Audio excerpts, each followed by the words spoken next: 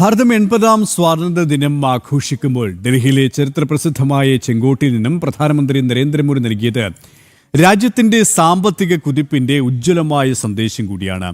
UPA ഭരണകാലത്ത് ലോകത്തെ ദുർബലമായ 5 സമ്പദ് വ്യവസ്ഥകളുടെ പട്ടികയായ ഫ്രൈജൽ 5-ലുണ്ടായിരുന്ന ഭാരതം 12 വർഷം കൊണ്ട് ലോകത്തിലെ ഏറ്റവും വേഗത്തിൽ വളരുന്ന പ്രധാന സമ്പദ് വ്യവസ്ഥയായി മാറിയെന്ന് പ്രധാനമന്ത്രി വ്യക്തമാക്കി.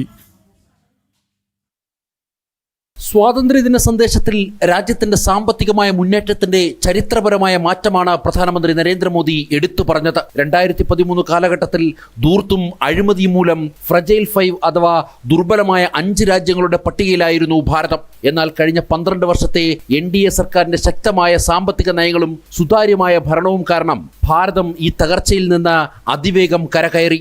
2014 तक आते आते तो पूरे विश्व ने हमें फ्रेजाइल 5 के उस में डंप कर दिया था.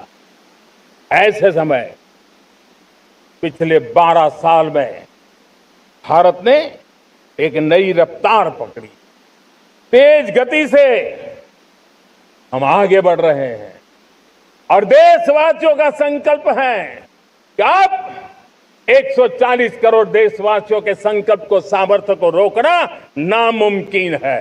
മോദി സർക്കാരിന്റെ ഭരണത്തിന് കീഴിൽ 75 കോടി ജനങ്ങളെ ദാരിദ്ര്യമുക്തമാക്കി. മേക്ക് ഇൻ ഇന്ത്യ, സ്വദേശി, ലോക്കൽ ഫോർ വോക്കൽ പദ്ധതികൾ രാജ്യത്തിന് പുതിയ ദിശാബോധം നൽകി.